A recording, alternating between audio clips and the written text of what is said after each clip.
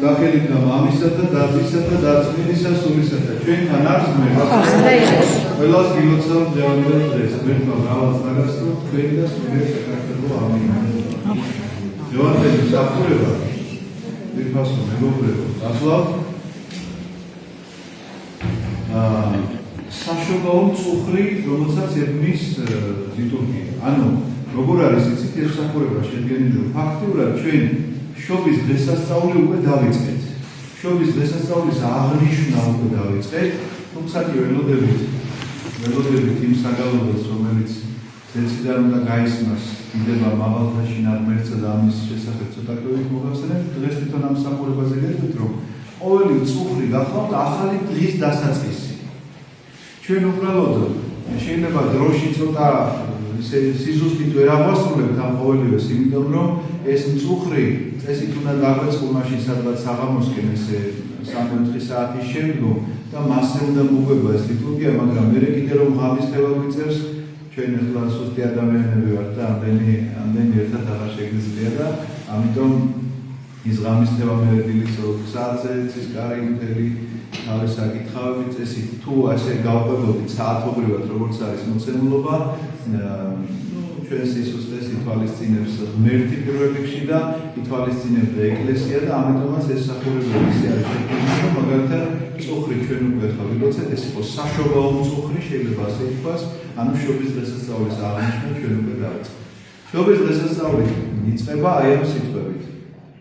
წემსებმა მოისმინეს გალობა, იდება მაღალთაშინა ღმერთსა, ქვეყანასა ზედა მშვიდობა და კაცთა შორის სათნოება. ხომ ძალიან ჰარმონიულია ეს გალობა, რომ იდება ღმერთს და ქვეყანასა ზედა მშვიდობა და კაცთა შორის სათნოება. ჰარმონიული კი არის, მაგრამ სად არის ჰარმონიული? ცით ზეცაში ჰარმონიულია ნამდვილად. დიდებას, საფრთხო დიდება ყოველთვის აღევლინება ზეცაში. შეუჩერებელი პროცესი გახლავთ ეს, იმიტომ რომ ანგელოზთა დასი, საფრთხო დიდება, საფრთხო ამ კანდიდების იმს ყოველთვის წარმოთქვამენ, მაგრამ აი ქვეყანასა ზედა მშვიდობა და კაცთა შორის სათნოება ამ საკითხში ცოტა მოვიკვეთოთ, იმიტომ რომ აქ ჩვენ ვასრულებთ თუ არა ამ ყველაფერს. ზეცაში ეს სრულდება, ანუ ორ ნაწილად ხო არის გაყოფილი, რომ დიდება მაღალთაშინა ღმერთსა და მერე ქვეყანასა ზედა მშვიდობა და კაცთა შორის სათნოება. ესე იგი ზეცაში სრულდება, მაგრამ ქვეყნიერებაზე არ სრულდება ეს ყველაფერი. არ სრულდება, იმიტომ კი არა რომ ღმერთს არ უნდა რომ შესრულდეს, იმიტომ რომ შენ არ გაქვს ჯერ სრული მინდობა ღმერთზე. აი რომ მიენდო მას და რომ თქვა რომ რაღაცა შენი გამზადებული პროექტით არ მივხვიდე მასთან და ბეჭედი არ მოითხოვო, რომ აგერ მოვიტანე ჩემი ცხოვრება ასე მინდა და შენ ბეჭედი დამისვი. აი ეს არის ჩვენი პრობლემა, ხშირად უნდობლობის პრობლემა არის ჩვენში, რომ ჩვენ არ ვენდობით მას, რომელიც იშვა კაცთათვის და ჩვენი გამოხსნისათვის მან სისხლი დათქია ჯვარზე, აი უნდობლობა გვაქვს, მიუხედავად ამისა, ვიხილეთ ეს ყველაფერი, მოვისმინეთ ეს ყველაფერი, ვიწამეთ ეს ყველაფერი, მაგრამ მიუხედავად ამისა, მაინც არ ვენდობი და მაინც ჩემეულ პროექტს თავაზობ ჩემი ცხოვრებისას, რომ აი ასიაჯობებს ალბათ. მოძღვართანაც ხასე მივდივართ ხოლმე, რაღაცა უკვე გამზადებული წინადადებით, რომ აი ბილეთი ავიღე და მივფრინავ სამხარგარეთ.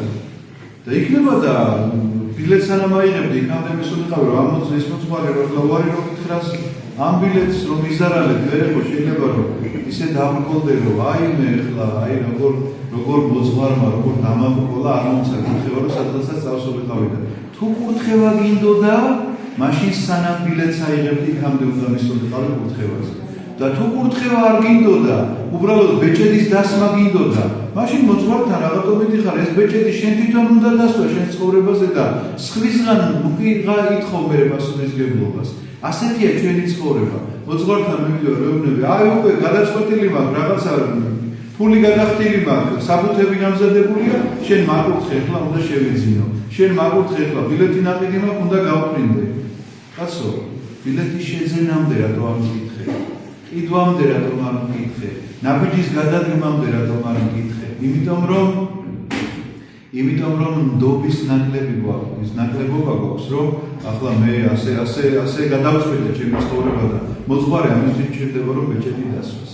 მაგრამ რა უჭირს ეს მარტო მოძღვარზე რომ გწელდებოდეს? ასეთი რამ ვრცელდება ჩვენი ურთიერთობა ღმერთთანაც. ჩვენ ვთავაზობთ გამზადებულ პროექტს, რომელიც ჩვენ ავტორები ჩვენ ვართ ამ პროექტისა. გამზადებული პროექტით მივდივარ და ვეუბნები ღმერთო, ახლა შენ ამაზე უნდა დასვა ბეჭედი. მე ასე ვაპირებ ცხოვრება, ასე უნდა მიმოქმედო ხვალ, ზეგ ასე, მასე ისე და ეს ყველაფერი გამზადებული მაქვს და ახლა ერთ რამეს ველოდები, რომ მან უნდა თავისი ნება უნდა გამოხატოს და ამის მერეა ხშირად ის დაბრკოლება, რომელიც დაბრკოლებდა ადამიანი ამბობს, რომ აი რა დავაშავე, ლოცულობ რაღაცა არ მისრულდება, რა დავაშავე, რაღაცა ისი არ ხდება როგორც მე მინდა, რა დავაშავე, რაღაცა განსაცდელი მოვიდა. სინამდვილეში დავაშავეთ უნდობლობა, მეტი კი არაფერი.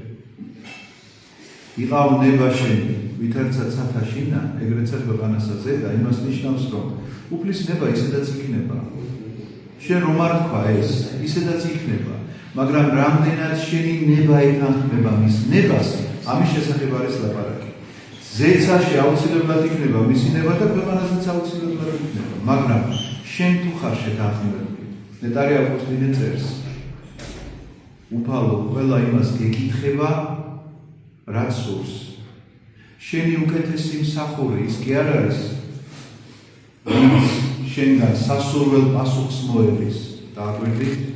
შენი უკეთესი მსახური ის კი არ არის, ვინც შენგან სასურველ პასუხს მოეღის. არამედ სასურველია ის, რასაც შენ უპასუხებ. ანუ თუ კი შენთვის გახდება სასურველი ის, რასაც გიპასუხებს ღმერთი, ამ შემთხვევაში შენ პროექტების წერას თავს ანებებ. შენი პროექტებით აღარ ხარ წარდგენილი უკვე, რომ ეჭრის დასმას იხალარელობები.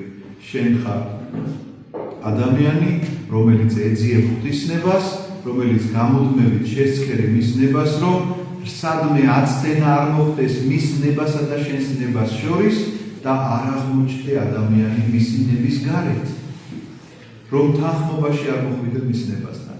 აი ეს გახლავთ სინამდვილეში ის, რაზეც მე ახლა გელაპარაკებოდით, რომ იდება მაღალთაშინა ღმერთსა, ეს ფრაზა ნამდვილად მეორე ფრაზას ჰარმონიულად ჟღერს, მაგრამ შესრულებით ეს ფრაზა ზეცაში სრულდება, მაგრამ ქვეყანაზე არ სრულდება და ამ არ შესრულების მიზეზი გახლავთ ერთადერთი ჩვენი უნდობლობა და როდესაც იხილავ ღრმას, რომელიც დაიბადა ბაგაში, როდესაც იხილავ რომ ღრმა, რომელიც გაიზარდა და ესე იგი აღასრულა არაერთი სასწაული, როდესაც იხილავ ღრმას, რომელმაც გაზრდილმა უკვე ჯვარცმა გადაწყვიტა, იმიტომ რომ შენ ცოდვებისგან გამოგისყიდოს, გადაგარჩინოს, გაგაახლოს, ცათა სასופეულის კარი გაგიღოს და მიუხედავად ამისა, ნდობის ნაკლებობა მაინც გაგაჩნია, კარგად დაფიქრდი ქრისტიანო ადამიანო, რომ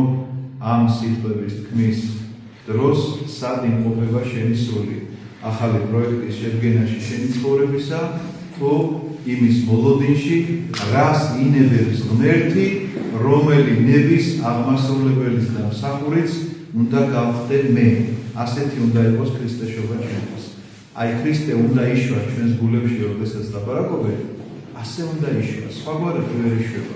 ჩვენ შობას, როდესაც ვამბობთ, ყოველთვის ადამიანის დაბადება წარმოვიდგენ. არა, გულში იშვება ასე, რომ იყავ ნება შენი, აი ეს სიტყვები გახდება ჩემთვის, არა ის, როგორც მე მნებავს, რომ ღმერთმა მიპასუხოს, არამედ სასურველია ის, რასაც პასუხობს ღმერთი. ამინ. ამოცვილი და გახარებული გააყოფოს ღმერთმა, მრავალს დაგასწრო.